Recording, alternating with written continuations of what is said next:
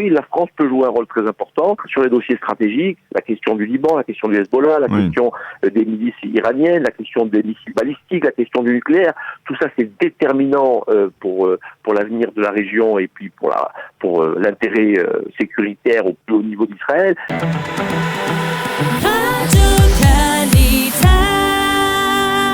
Aryeh Ben-Tsemoun, bonjour, Boker Tov. Bonjour Daniel, Boker Tov. Merci d'être avec nous ce matin. Vous étiez hier parmi les invités à cette soirée, à cette garden party marquant la fête nationale le 14 juillet à l'ambassade de France, à la résidence de l'ambassadeur à Yafo. Alors, est-ce que, comme l'a dit Eric Danon un petit peu plus tard sur les ondes de i24 News, une ère différente s'ouvre avec le nouveau gouvernement israélien? Vous avez eu ce sentiment avec la présence de Gideon Sa'ar, la présence du président de l'État, Yitzhak Herzog? Les choses sont en train de se réchauffer, on va dire, dans les relations entre Israël et la France? Oui, on peut dire ça comme ça. Il y a effectivement un tournant, ou en tout cas une amélioration, une sorte de climat nouveau qui souffle sur la relation entre la France et Israël, plus largement entre l'Europe et Israël. D'abord, il y a une activité de ce nouveau gouvernement, une activité diplomatique beaucoup plus importante, en direction du monde en général et de l'Europe en particulier, et la France jouant immanquablement, incontestablement un rôle très particulier. Oui, ça s'est traduit hier par la présence de Gideon Sa'ar qui est venu représenter le gouvernement israélien à un très haut niveau. Alors, c'est pas la première fois qu'un ministre du gouvernement israélien participe à la célébration du 14 juillet à la résidence de l'ambassadeur. Ne laissons pas dire une chose pareille. Mais disons que on sent bien qu'il y a un enthousiasme supplémentaire. On était au-delà des conventions politiques. Il y avait la vraie volonté du représentant du gouvernement Gideon Sa'ar, par la présence du président de l'État d'Israël, qui a souligné hier qu'il faisait sa première sortie diplomatique pour venir saluer à la fois la République et ses valeurs et la relation entre la France et Israël, donc c'était significatif. La remise de la Légion d'honneur au maire de Tel Aviv, Rod Holdaï.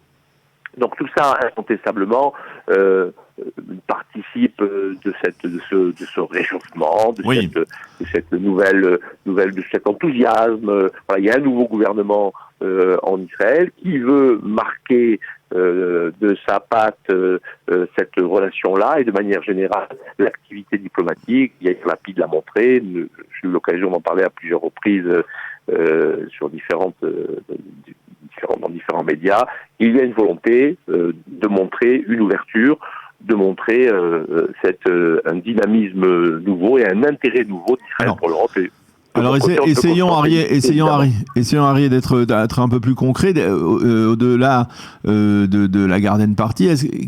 Dans quel domaine, par exemple, la France peut agir et on va dire laisser une sorte d'empreinte, on va dire côté Israël, par rapport à Israël? Est-ce que c'est dans le processus de paix uniquement, à nouveau avec la même rengaine, les mêmes refrains, le même paradigme sur la solution à deux États, ou alors est-ce qu'il y a quelque chose de nouveau que la France peut apporter à un nouveau gouvernement israélien? Écoutez, déjà on peut dire qu'avec Emmanuel Macron, le style dans la relation diplomatique et politique a changé. On n'est plus dans la répétition ad nauseam de la rengaine du Quai d'Orsay, la solution à deux États, Jérusalem compris. Là, ça se dit toujours dans les milieux diplomatiques, mais beaucoup moins, et en tout cas pas et plus dans la bouche du président de la République. Et donc ça, c'est quand même quelque chose que nous avons déjà noté depuis pas mal de temps. Donc il y a une vraie volonté de faire bouger des lignes, mais ça n'est pas si facile que ça, parce que, encore une fois, le président de la République française n'a pas fixé dans son agenda qu'il allait bousculer totalement cette réalité-là. Le Moyen-Orient évolue et avance à la fois assez rapidement, et on l'a vu avec les accords d'Abraham, mais également avec une certaine forme de lenteur, et il y a tout le dispositif diplomatique européen qui est dur à faire bouger. Mais disons que les choses ont déjà commencé à évoluer. Alors ça n'est pas significatif pour l'ensemble de nos auditeurs, mais les experts que nous pouvons être, entre guillemets, le soulignons. Alors la France, elle est déjà très active sur un dossier qui est très important pour Israël, c'est le dossier iranien. Elle a toujours été.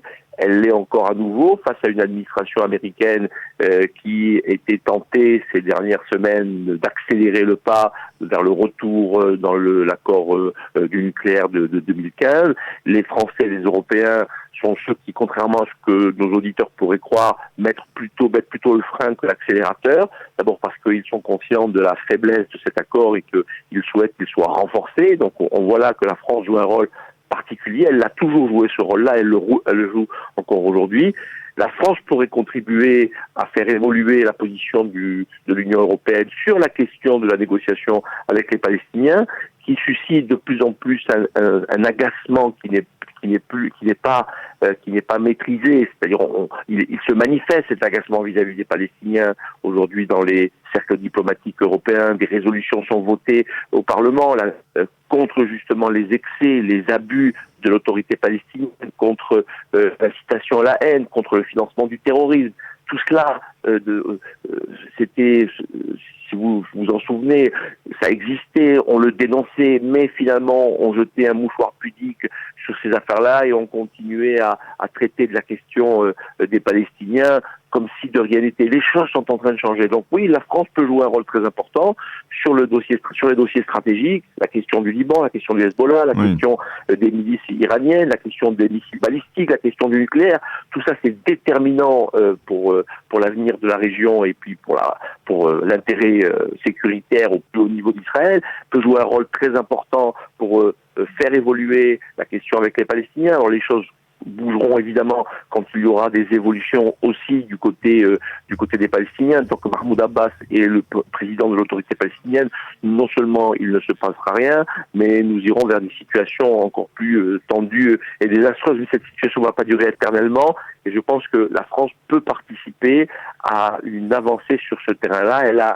Elle a un contact, une relation particulière avec la société palestinienne et elle peut contribuer positivement à une amélioration des relations avec Israël et aller vers un déblocage de la négociation qui ne sera pas uniquement le rappel du vieux mantra Jérusalem, capitale des États, les frontières sont faites, la question des réfugiés, tout ça n'est plus, et tout ça est, si je voulais sans faire du mauvais humour, dire que chacun comprend bien que c'est caduc, que c'est une langue morte, que ça n'a plus cours, que ces arguments-là ne valent rien, et que cet accord-là, tel qu'il avait été imaginé à l'époque de Bill Clinton, ne tient plus sur aucune réalité qui est de la consistance sur le terrain. Donc oui, la France peut faire beaucoup, et puis il y a la coopération aussi entre la France et Israël sur tout un tas d'autres sujets qui ne sont pas moins importants, l'innovation, l'économie, la recherche,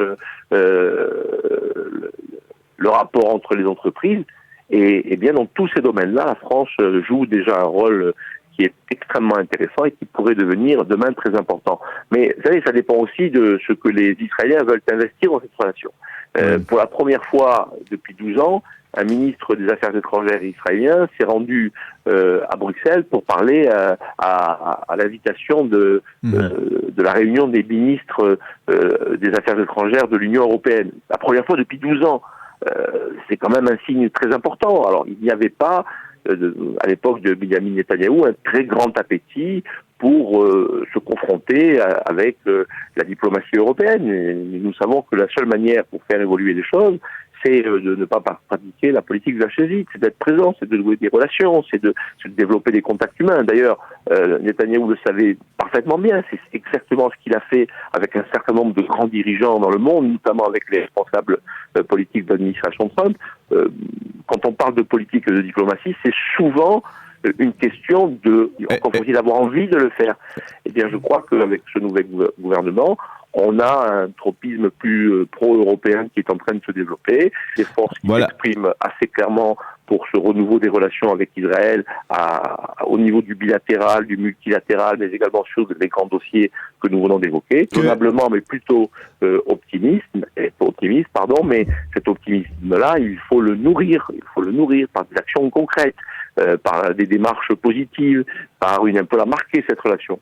Moi, je crois que c'est ce qui est en train de se passer et ce que, d'une certaine manière, l'ambassadeur de France, Éric Danon, a voulu traduire hier en organisant de cette manière-là cette rencontre, cette célébration de Bastilla Day, de cette fête du 14 juillet, qui est probablement une des plus belles occasions de marquer à la fois ce que représentent les valeurs de la République, mais également l'importance que nous voulons donner à la relation entre la France et Israël. Eh bien, Aryeh Ben Semoun, merci beaucoup d'avoir accepté de répondre à nos questions.